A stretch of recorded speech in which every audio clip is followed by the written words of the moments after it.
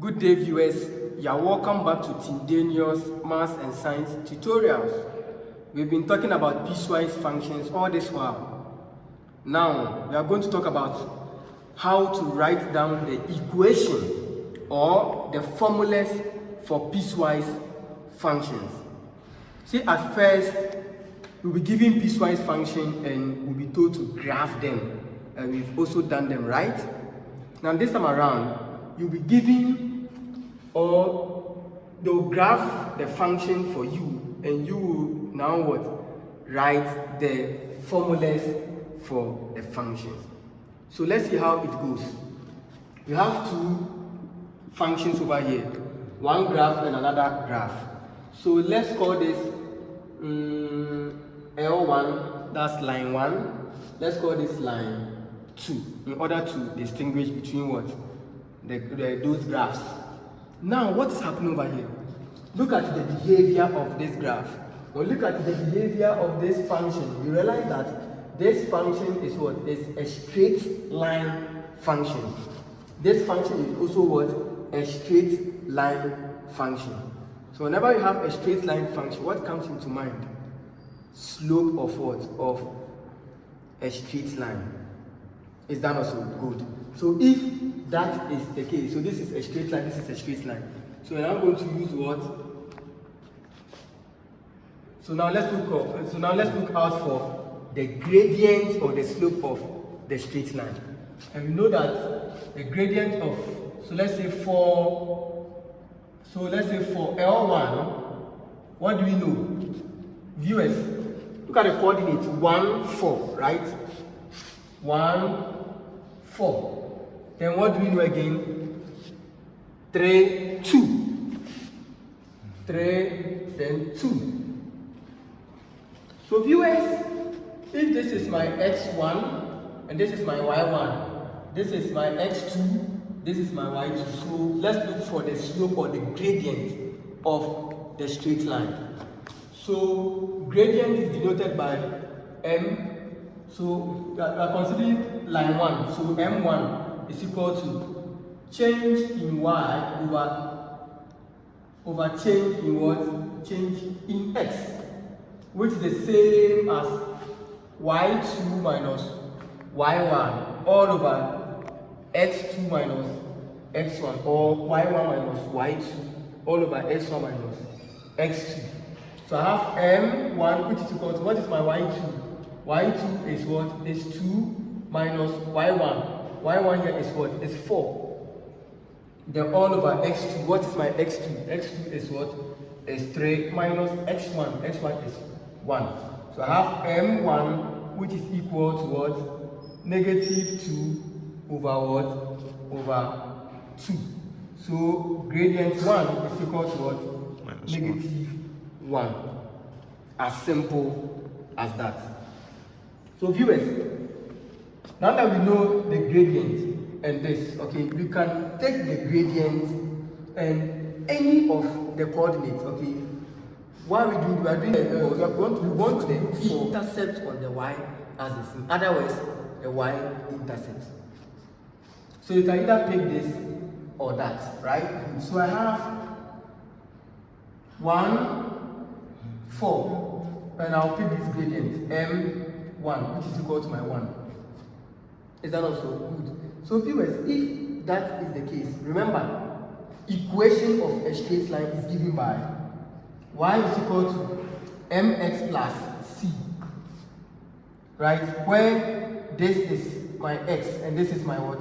My y. So y here is what? Is 4. So I have 4, which is equal to, do I know the gradient? Gradient is equal to negative 1. Negative 1, then times x. X is what? 1. So I have 1, then plus c. So I have 4 is equal to negative 1 plus c. So what do I have? C is equal to 4 plus 1. So c is equal to what? Is equal to 5. As simple as that.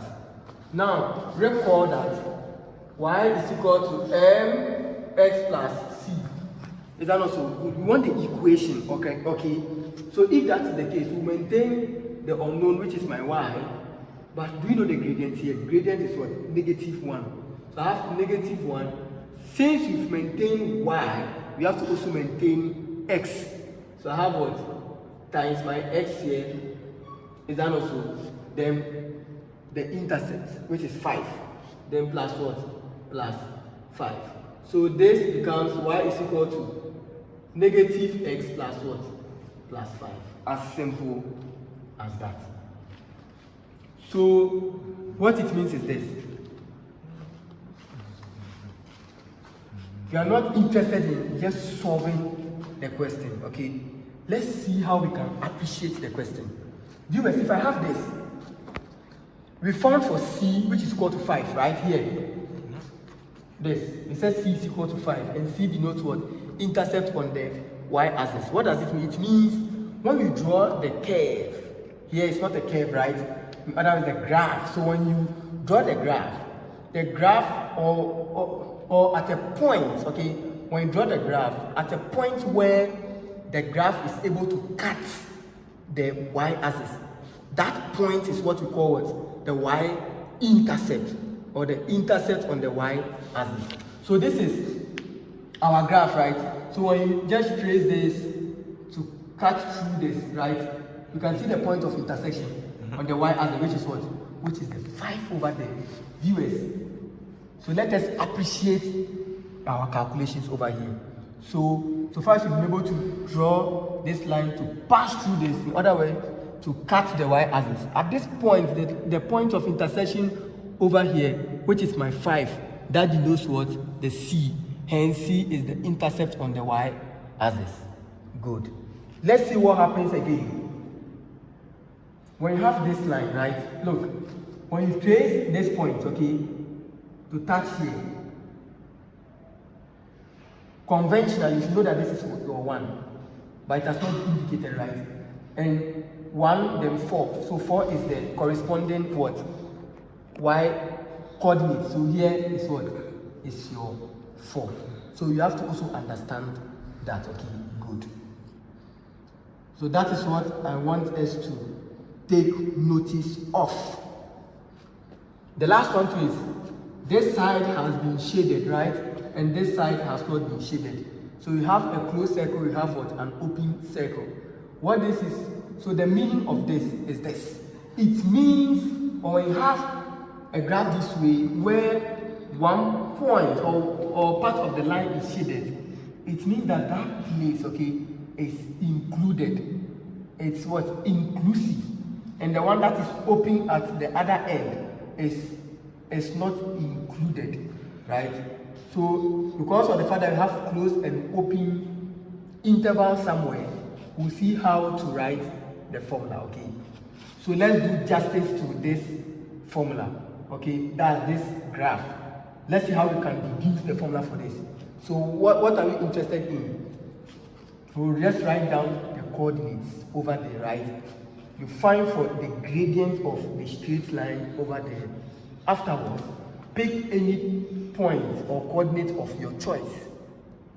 What do you do again? You look or you find for the intercept on the y-axis or simply the y-intercept, right? Write it down. Then you just write the general equation for the graph. As simple as that. So viewers, let's consider the second one. For L2, what are the coordinates? Viewers here. 5, then 1.5. Then I have 3, then 0.5. I'll write them down here. So what do I have? 3, 0.5 this way. Then I have what? 5. Then I have 1.5. This is my x1, this is my y1. x2, y2. Right? Good. So gradient of line 2 is given by y2 minus y1 all over x2 minus x1. We are getting 1. Then all over 2, which is simply the same as 0.5. So now that you have gradient which is equal to your 0.5 Then you pick any coordinates, okay, this or that. So let's say you have 3, then 0.5. Recall that y is equal to mx plus what? Plus c. This is my x, this is my y. So I have y here to be 0.5, which is equal to m. Where is my m? My m here is what? 0.5. Then times, do I know x? X here is what? It's 3. Then plus c. When I transpose this, I should get 0.5 minus 0.5 times 3, which is equal to my c. For want of space, let me so we have c is equal to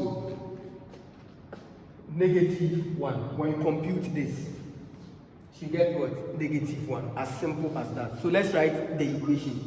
So therefore, the equation for line 2 is given by, we know that recall y is equal to mx plus what? Plus c. You maintain your y, you maintain your x. So I have my y here. What is my gradient? Viewers, gradient here 0.5, right? So I have 0.5. You maintain your x here. Then I have intercept on the y-axis, which is what? -1. -1. As simple as that. Viewers, let's interpret this, okay? Now, looking at the graph this way,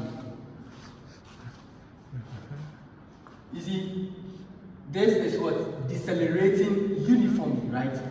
So when just assuming I extend this graph this way, then here. So we have 3, 2, 1, right? Let's say this is 0. I have what? Let's say -1 here, right? So when I draw this, okay, when I extend this, what happens? You see, it will cut the graph, okay, at what point? At point what? -1. So this is what? The intercept on the y-axis. Don't be interested in solving the calculation, get your answer. Not at all. You should be able to realize what is wrong, okay, and make what? Corrections, okay? That's all.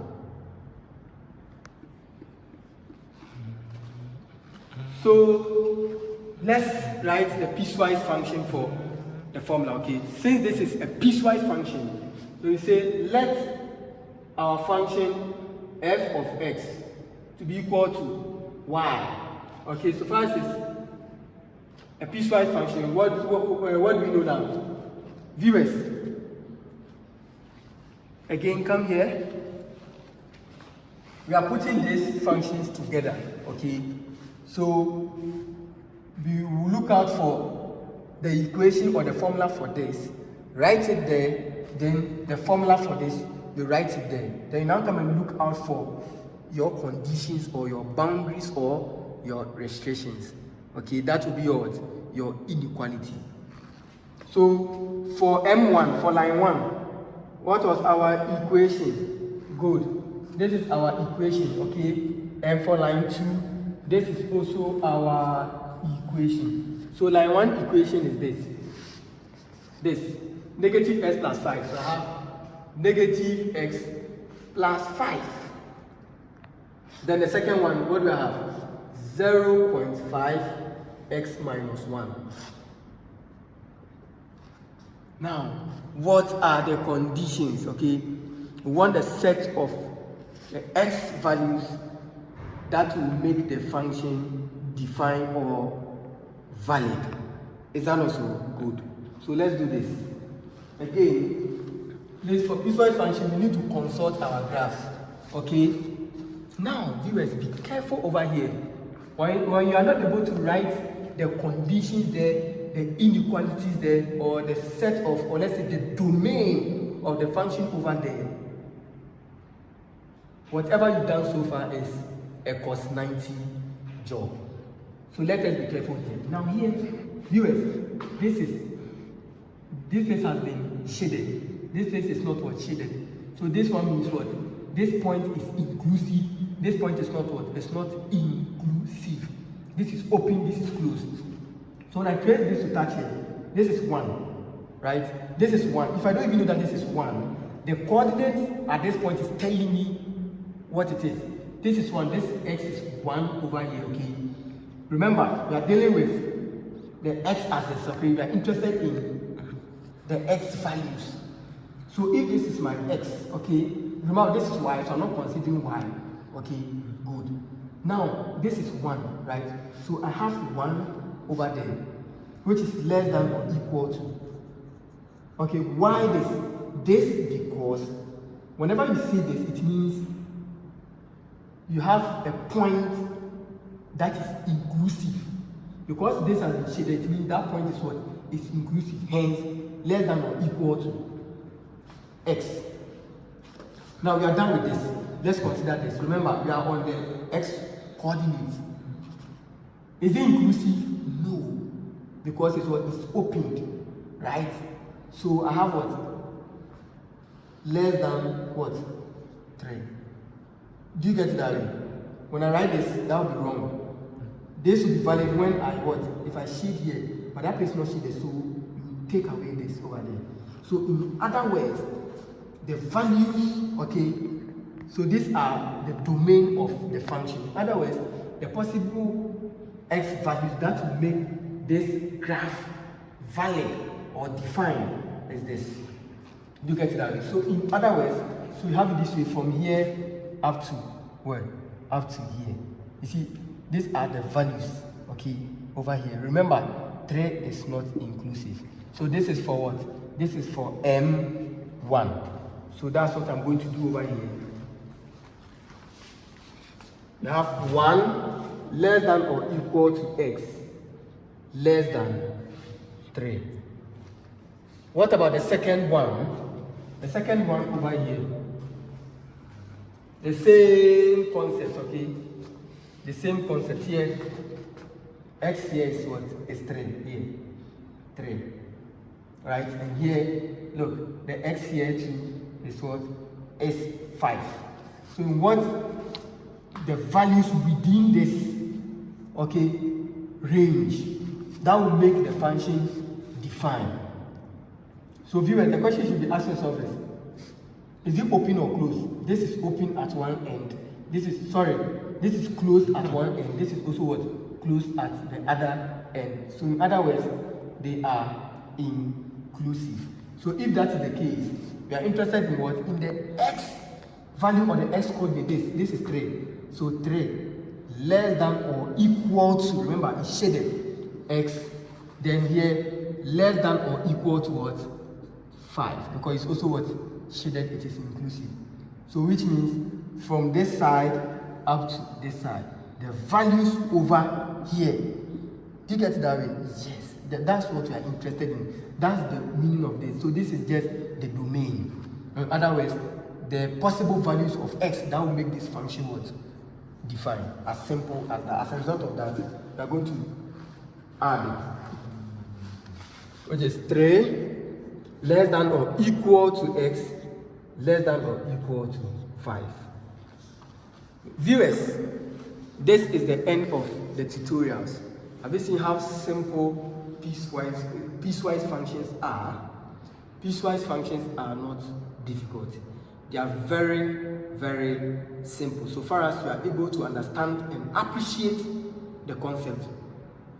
I want you to appreciate the concept beyond measure.